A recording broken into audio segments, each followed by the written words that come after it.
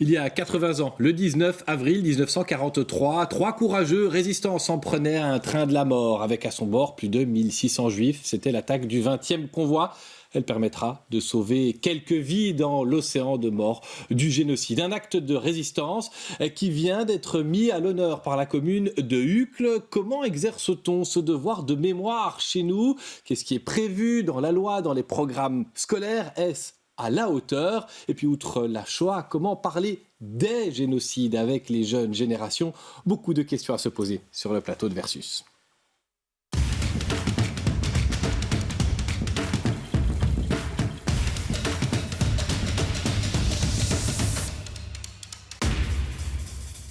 Avec nous, Meyer Zalk, bonjour. Vous êtes le président de l'AMS, l'Association pour la mémoire de la Shoah. Vous êtes vous-même un enfant caché durant la Seconde Guerre mondiale. Merci d'être là, de même que Ina Van Looy, bonjour. Vous allez dans les écoles, sur le terrain, en tant que directrice de l'association La Haine, Je dis non. Vous nous expliquerez comment vous discutez de ces questions-là avec les jeunes. Ernest Sagaga, bonjour, merci aussi à vous d'être là. Vous êtes le président de l'association Ibuka Mémoire et Justice. On parlera avec vous du génocide au Rwanda en 1994, beaucoup de Rwandais à Bruxelles et aussi un travail de mémoire que vous faites. Et puis Chantal Kestelot, bonjour, vous êtes historienne au CG Soma, les archives de l'État, vous connaissez très bien notamment la Seconde Guerre mondiale, vous animez et alimentez le site Belgium World War II, très intéressant, avec notamment beaucoup d'informations sur l'attaque du 20e convoi. C'est ça notre accroche actualité aujourd'hui.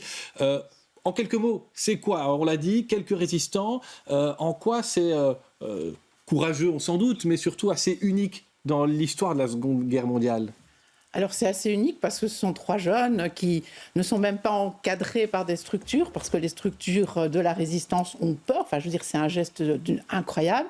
Ils vont effectivement, de manière tout à fait amateur, ils partent à vélo de la place Mézère, ils vont se rendre à Moordberbeek, et là, ils ont un pistolet, une lampe torche, et ils vont ralentir le train et permettre, alors c'est une histoire en 2 temps, ils vont permettre à 17 personnes de se sauver.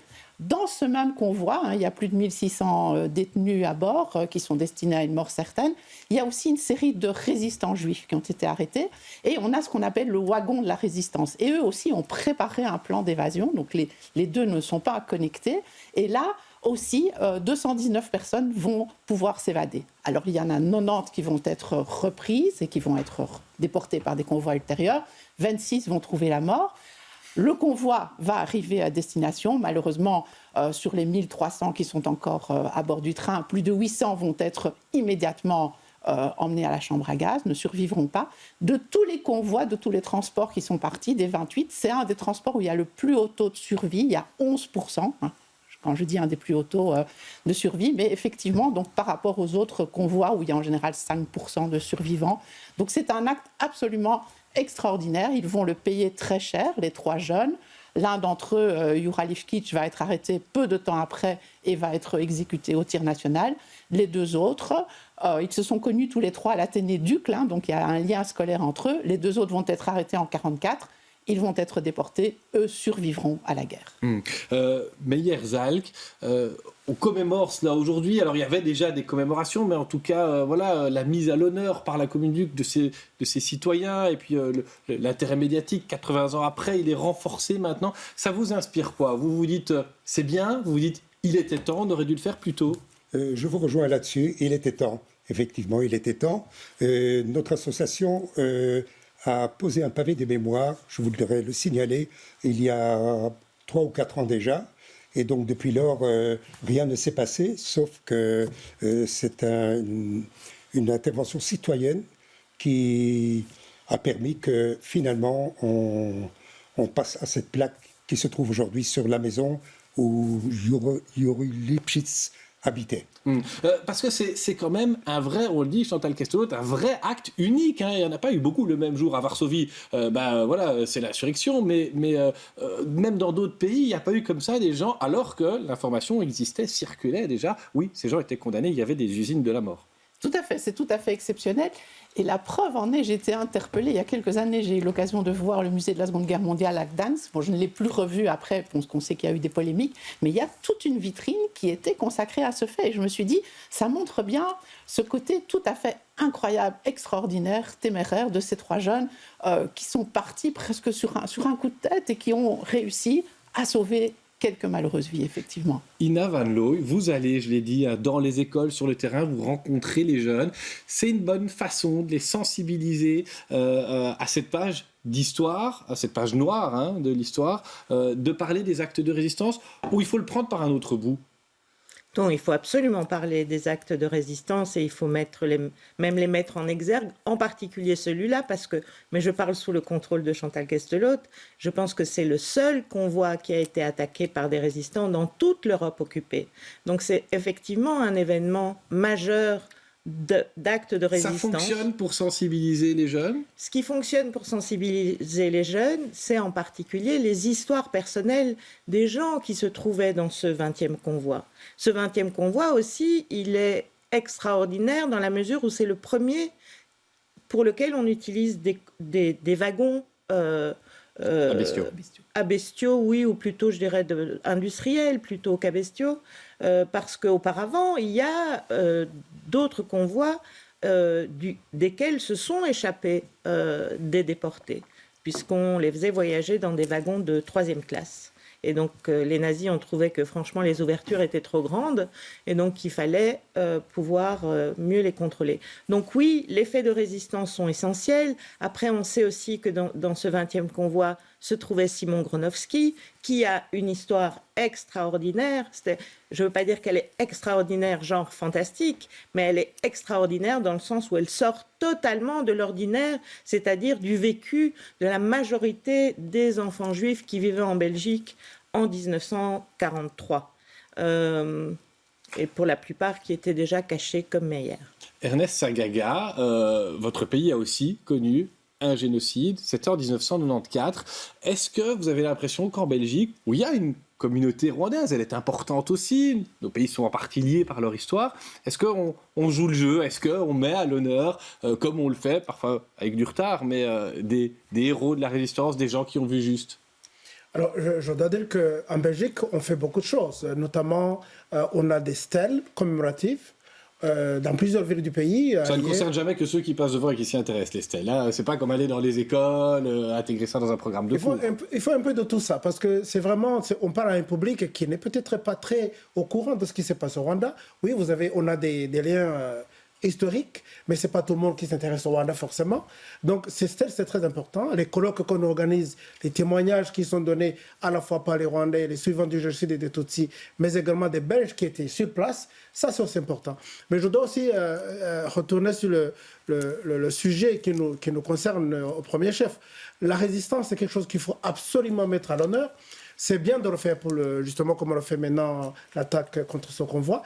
Et pour le cas du génocide des Tutsis, en France, on a nommé une rue à Paris à l'honneur de quelqu'un qui a justement mené la résistance à Bicêtre, un camp retranché des survivants qui ont résisté à leurs attaquants jusqu'à ce que l'armée intervienne avec des moyens évidemment supérieurs. Mais c'est des choses qu'il faut absolument mettre à l'honneur. Comment vous travaillez-vous avec les jeunes quand vous arrivez devant une classe? Vous leur dites quoi pour engager le dialogue finalement? Et qu'est-ce que vous leur apprenez qu'ils ne voient pas dans les livres, les documentaires ou les médias? La Seconde Guerre mondiale est quand même présente dans l'audiovisuel. Oui, alors nous abordons tous les crimes de génocide du XXe siècle. Donc nous pouvons nous rendre dans une classe pour parler du génocide des Tutsis au Rwanda ou pour parler du génocide de 1915 à l'égard des minorités chrétiennes dans l'Empire ottoman. Je vais d'abord les écouter. Parce que les élèves ont beaucoup de choses à dire et qu'ils ont peu d'espace de parole. Et sur ces crimes-là, en particulier les crimes de génocide, ils ont des représentations parfois totalement erronées. Donc je vais d'abord essayer de bien cerner leurs connaissances et les infos dont ils disposent par rapport aux crimes pour lesquels je viens les sensibiliser. Si vous leur parlez dans leur classe. Du génocide rwandais ou de la Shoah, vous leur posez quelles questions pour cerner? Je m'excuse Michel, mais je leur parlerai toujours du génocide des Tutsis au Rwanda, jamais du génocide rwandais. Oui, important de le dire. Oui. C'était à ça que je posais la question, hein, mais allez-y. Parce que malheureusement, si on dit génocide rwandais, on peut laisser une part belle aux négationnistes qui pourraient, par exemple, Ernest, je pense que vous allez me rejoindre, qui pourrait dire que, ah oui, il y a eu un génocide au Rwanda, et en fait, on ne sait pas très bien qui a tué qui. Donc, c'est très, très important de rappeler quelles ont été les personnes qui ont été victimes du crime. Et au Rwanda, ce sont bien les Tutsis qui étaient destinés à mourir systématiquement. Des Hutus modérés ont été assassinés également, mais ils n'ont pas été assassinés parce qu'ils étaient Hutus, mais bien parce qu'ils étaient modérés, c'est-à-dire qu'ils auraient pu empêcher le génocide. Est-ce qu'on parle de la Shoah de la même façon avec des jeunes de Molenbeek que de Watermal-Boisfort, par exemple? Tout dépend. Je ne catégoriserai pas géographiquement les savoirs. À nouveau, je le redis, d'abord, il faut dire que La haine, je dis non, c'est un programme qui est né dans une maison juive laïque. Donc moi, j'arrive dans une classe avec cette identité-là. Et les jeunes vont d'abord interroger cette identité. Ils vont dire juif, laïque, et on va discuter un peu de ce que c'est qu'être juif. Et de là, à partir des représentations souvent très stéréotypées qu'ils ont, que ce soit dans des écoles favorisées comme dans des écoles plus précaires, on va essayer de déconstruire et de comprendre en fait comment ces stéréotypes, comment certains préjugés peuvent comme ça continuer à se développer pendant des siècles. Et donc il y a encore des préjugés aujourd'hui à l'encontre des juifs, lesquels que vous entendez dans les écoles? Tous les juifs sont riches, les juifs contrôlent le monde, les juifs ont tous des gros nez, n'est-ce pas, Meyer? Et voilà, les grands classiques, ce sont ceux-là. Je posais la question parce qu'effectivement, il y a une série de combats à mener pour un monde meilleur, pour un monde plus inclusif. Aujourd'hui, la particularité d'un génocide, Mme Kestelot, c'est quand même que c'est la volonté d'éliminer tout ou partie d'une population. Et ça, c'est quand même très particulier. Ce n'est pas juste du racisme ordinaire, si je puis dire. C'est vraiment une volonté d'élimination. Est-ce que, quelque part, on ne doit pas... Est-ce qu'on en tient suffisamment compte aujourd'hui dans l'enseignement, dans la société en général? Je crois qu'il y a quand même des efforts considérables qui ont été faits. Je repense aux années 90, au 50e anniversaire, la naissance d'une structure comme Démocratie ou Barbarie au sein de la Fédération Wallonie-Bruxelles. Il y a eu une volonté d'enseigner et de transmettre cette spécificité qui s'est focalisée pendant longtemps effectivement sur le génocide des Juifs durant la Seconde Guerre mondiale, moins sur le génocide arménien ou le génocide des chrétiens d'Orient, et le génocide rwandais, enfin le génocide des Tutsis au Rwanda, il était à peu près concomitant. Ça nous renvoie d'ailleurs, je veux dire, le fait que pendant le 50e anniversaire, c'est aussi le moment où on perpétue un autre génocide. Donc effectivement, cette spécificité, elle a été mieux mise en avant. Si on repense à ce qui se faisait dans l'immédiate après Seconde Guerre mondiale, où le sujet était un non-sujet, force est de constater qu'il y a eu des progrès, il y a eu des recherches qui ont été faites, qui ont été commandées à tout niveau. Alors, est-ce que c'est suffisant ou pas suffisant? Ça, c'est une question ouverte. J'ai déjà entendu des historiens me dire les Belges ne sont pas pionniers en matière de critique historique, on va dire ça pudiquement. Alors, les Belges ne sont pas pionniers, moi je crois... on réagit quand ça réagit chez les voisins. Voilà, effectivement, on peut dire, effectivement, le centre de la Seconde Guerre mondiale a été créé en 1969, là où du côté néerlandais, l'institution similaire a été créée en 1945. Aujourd'hui, on enquête sur l'attitude de la SNCB, là où du côté des chemins de fer néerlandais, du côté des chemins de fer de la SNCF, il y a déjà des recherches qui ont été menées. Effectivement, il y a des effets de décalage, mais ça ne signifie pas pour autant que dans l'enseignement, il n'y ait pas eu une volonté, je dirais, de transmettre, de communiquer. Je pense aux visites qui sont organisées à Caserne d'Ossun. Je crois que le public scolaire est véritablement particulièrement visé. Il y a d'autres voyages qui sont organisés. Donc, je crois qu'il ne faut pas non plus jeter le bébé avec l'eau du bain. Chaque enseignant a sa sensibilité propre. Le XXe siècle, le XXIe siècle sont des périodes qui ne cessent de s'étendre. Aujourd'hui, il y a 80 ans qui nous séparent de ces événements sur ces entrefaites. Un sujet comme la décolonisation et même la colonisation est un sujet qui aujourd'hui s'impose aussi dans l'actualité. Est-ce qu'il est plus légitime de dire on ne va parler que de la Seconde Guerre mondiale et on va négliger la colonisation? L'enseignant, il a 1 heure, 2 heures, son temps de travail avec les élèves est extrêmement réduit. Il doit faire des choix et ces choix, évidemment, ils lui sont propres et en fonction des sensibilités, il va tantôt privilégier un aspect, tantôt un autre. Mais Yerzal, vous l'avez senti, vous, dans votre travail, dans votre action sur le terrain aussi, que par moment, il faut trouver le moyen d'accrocher les gens, de déconstruire les clichés. Vous l'avez vécu, vous, parfois personnellement? Ce que j'ai vécu personnellement, c'est lors de mes interventions dans les écoles en tant que témoin, puisque je raconte en fait mon passé d'enfant caché. Je me trouve souvent devant des enfants qui sont totalement ignorants sur le sujet. Et donc, également, je me trouve parfois devant des professeurs qui me disent qu'ils n'ont pas le temps. On parle de la résistance en Belgique, on parle des faits de résistance, de ce qu'étaient les mouvements qui existaient, mais beaucoup de professeurs me disent on n'a pas le temps réellement d'aborder le sujet de la Shoah, et je me trouve parfois devant des élèves qui sont totalement ignorants et souvent dubitatifs quand je raconte que effectivement je suis resté enfermé pendant 2 ans dans un couvent. Et ils ne comprennent pas comment un enfant de 5 ans, j'allais sur mes 5 ans à l'époque, qu'un enfant de 5 ans pouvait subir des choses pareilles. Mais vous avez utilisé le mot dubitatif, on comprend doute. Il faut rappeler que ces faits-là ont existé. Bien sûr. Vous avez le même constat, vous? Oui, mais il faut créer des outils aussi pour leur permettre de s'approprier cette histoire, de se projeter parfois dans cette histoire. C'est pour ça, je dirais que nous créons des outils pédagogiques. Et puis, je voudrais rappeler qu'il y a quand même tout un cadre qui existe en Fédération Wallonie-Bruxelles, qui est le décret mémoire, qui permet, entre autres, aux professeurs d'être accompagnés par des professionnels, par des historiens, des gens de terrain qui savent comment faire, comment préparer, par exemple, une visite d'Auschwitz-Birkenau. On ne va pas à Auschwitz-Birkenau. On s'y prend pas bien. Vous trouvez qu'on s'y prend mal pour enseigner ça aux gens? Non, c'est pas qu'on s'y prend mal. L'idée, c'est se rendre à Auschwitz-Birkenau pour montrer aux élèves ce qu'a été la réalité de la Shoah et penser que comme ça, on va les vacciner contre les idéologies totalitaires, c'est une erreur. Il faut faire quoi? Il faut d'abord comprendre ce qui s'est passé en Belgique. Qu'est-ce qui s'est passé pour les Juifs qui vivaient en Belgique en 1940? Quel a été le processus qui a conduit à la discrimination de ces Juifs, puis à leur déportation, et puis au fait que, oui, effectivement, ils sont pour la plupart morts à Auschwitz-Birkenau.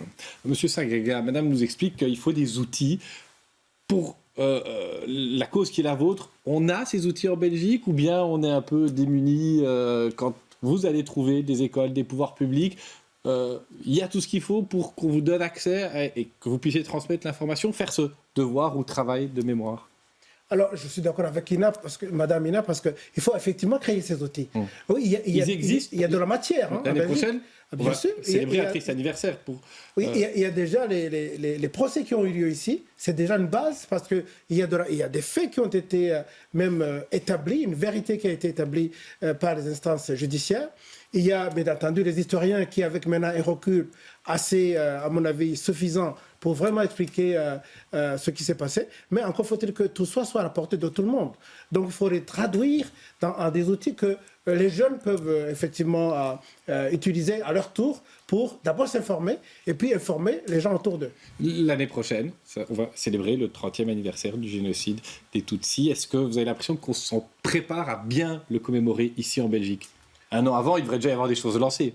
Mais en tout cas, nous sommes bien préparés pour ça. Mais quand je dis nous, si une bonne préparation pour nous implique nécessairement que nous puissions aussi atteindre le public belge. Et donc nous allons nous y employer, mais je suis content d'avoir Madame Ina ici à côté de moi, parce qu'elle nous aide beaucoup dans ce travail. Nous nous aidons en fait au sein du collectif belge contre l'idéologie du génocide. Et donc on va travailler ensemble pour ça. Ina Van Loo, et puis après j'ai une question pour M. Sagrega. Mais juste pour abonder un peu dans ce sens et dans cette 30e commémoration qui arrive, nous sommes en train de créer, nous avons reçu un financement de la Fédération pour cela, avec des profs que nous avons emmenés au Rwanda. Nous sommes en train de créer un site internet pour des profs, par des profs, sur l'enseignement du génocide des Tutsis au Rwanda. Un élément important dans le génocide au Rwanda, on a fait une commission d'enquête parlementaire en Belgique. Il y a au niveau des historiens un travail sur le rôle de la SNCB, on parle du 20e convoi, ça part dans quel sens? Est-ce que vous trouvez qu'il y a des outils qui manquent aussi, notamment sur le plan politique? Est-ce qu'on a été assez loin? Voilà, je pose la question à Chantal Questelot et à son voisin. Alors je crois que cette enquête sur la SNCB, elle est tout à fait nécessaire et elle répond à une attente. Au fond, on a des trains qui ont conduit des déportés. Qui, quand, comment? C'est des questions élémentaires. Quand on se retrouve avec des jeunes ou même avec un plus large public, on doit pouvoir répondre à ces questions. Est-ce que la SNCB porte ou non une responsabilité? On a construit une image d'une SNCB résistante, des cheminots en résistance, effectivement, mais il y a aussi des cheminots qui ont conduit des trains. Alors, il ne s'agit pas d'incriminer le conducteur du train, mais il s'agit de savoir quelle est la responsabilité de cette institution.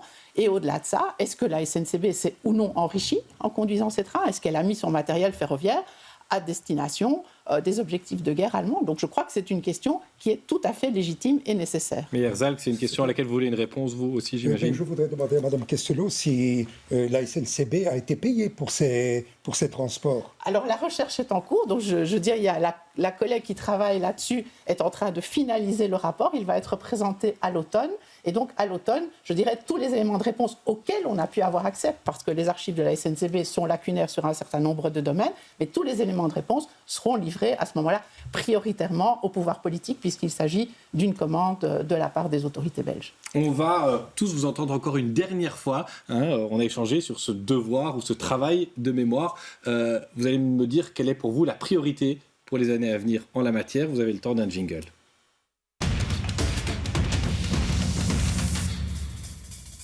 Ina Van Looy, en termes de travail de mémoire, parce que c'est l'expression que vous utilisez avec les jeunes, quelle est la priorité pour les années à venir? Eh bien, lorsqu'on s'est parlé au téléphone, vous m'avez posé la question, est-ce qu'on peut faire plus? Est-ce qu'on doit faire mieux? Je dirais qu'on doit faire mieux.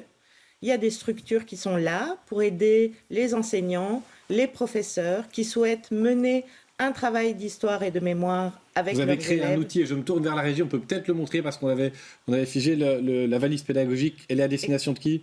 Elle est à destination des enseignants du dernier cycle de l'enseignement primaire et du premier niveau du secondaire. Et c'est un outil clé en main pour pouvoir aborder la question, entre autres, de la discrimination des Juifs en Belgique occupée. Ernest Sagaga, à 1 an de la commémoration du 30e anniversaire du génocide au Rwanda, génocide des Tutsis, vous estimez que la priorité doit être quoi? Ça doit être nécessairement la mémoire et la réalisation de ce qui s'est passé. Et il faut bien se rendre compte que le génocide des Tutsis ou des Juifs, des Arméniens, c'est un crime de droit international. Et donc, il faut vraiment que tout le monde s'approprie ce combat contre justement une idéologie génocidaire. Et je me permets de signaler une initiative citoyenne belge d'un couple, frères et sœurs, Marie et Paul Hans, qui l'année passée ont organisé parmi les journées de patrimoine un parcours qui part justement de la stèle commémorative de Rouet Saint-Pierre et qui a emprunté la marche que nous faisons le 7 avril. Et pendant tout un week-end, ils ont fait un groupe néerlandais francophone. Et pour avoir été là moi-même, j'ai vu la réaction des gens qui sont venus en petit groupe. C'est ça exactement ce qu'il faut faire, c'est que la mémoire ou le combat pour la mémoire soit un combat commun pour tout le monde. Chantal Questelot, la priorité pour l'historienne que vous êtes, ça doit être quoi pour le grand public, évidemment, en matière d'histoire? La priorité pour moi, c'est que l'histoire serve à faire des citoyens ayant une démarche critique, réflexive vis-à-vis du passé, que par rapport aux fake news auxquelles on est tous confrontés, qu'ils aient les outils pour les décoder et les mettre à plat. L'éducation. Mais Herzal, quelle est la priorité pour le survivant de la Shoah que vous êtes? Pour moi, la priorité passe effectivement par l'éducation, où il faut absolument parler de la Shoah et pas seulement des actes de résistance. L'an passé, notre association a emmené une 50aine d'enfants à la maison d'Isieux, et donc ces enfants ont été préparés. Les différentes classes, en fait, ont été préparées dans les écoles que ces enfants fréquentaient.